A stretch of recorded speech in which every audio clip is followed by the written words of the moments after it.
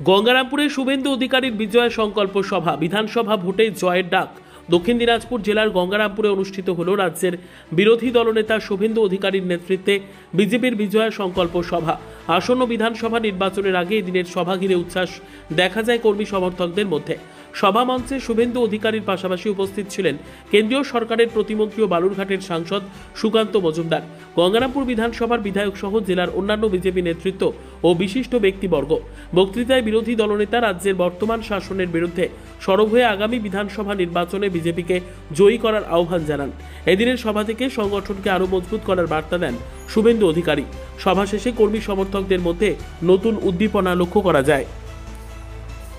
যারা বর্ষিয়ান, আজকে থেকে 20-25 বছর আগে এই জেলার ডেমোগ্রাফি কি ছিল, আজকে এই জেলার ডেমোগ্রাফি কি হয়েছে।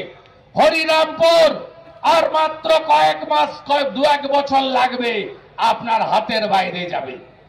আপনার হাতের বাইরে কুমারগঞ্জ যাবে, আপনার হাতের বাইরে কুশমন্ডি যাবে। আপনি শুধু দেখতে থাকবেন।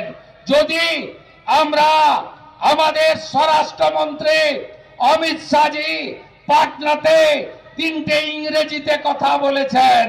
একটা হলো ডিটেক্ট, চিহ্নিত করো, আরেকটা হলো ডিলিট, এসআইআর ভোটার তালিকা থেকে ডিলিট করো, আরেকটা হলো ডিপোর্ট করো, মানে পুষবত করো। আমরা যারা অভারতীয় তাদেরকে আমরা নেব না। কিন্তু না বন্ধু, বাংলাদেশে হিন্দুরা ভালো নেই। 47-এ দেশ ভাগ যখন হয়, বাংলাদেশে হিন্দু কত ছিল? 33%। যখন বাংলাদেশ সৃষ্টি হলো, হিন্দু কত ছিল? 27%। আজকে বাংলাদেশে 7% হিন্দু। একইভাবে পশ্চিমবঙ্গে 1951-তে আমরা কত ছিলাম? হিন্দু এবং আদিবাসীরা মিলে 85%। 11 সেন্সাসে আমরা কত? 72%। আর 2027-এ সেন্সাস শুরু হবে 31-এ। আপনাদের বন্ধু শুভেন্দুর কথা মোবাইলে রেকর্ড করে ডেট, টাইম, সময় দিয়ে লিখে রাখুন। আমরা 65-র নিচে নেমে যাব 31 সালের জনগণনায়।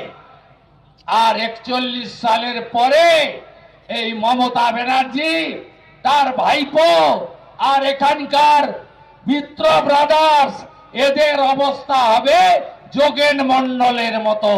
আমি আজকে কথা আপনাদের বলে যেতে চাই।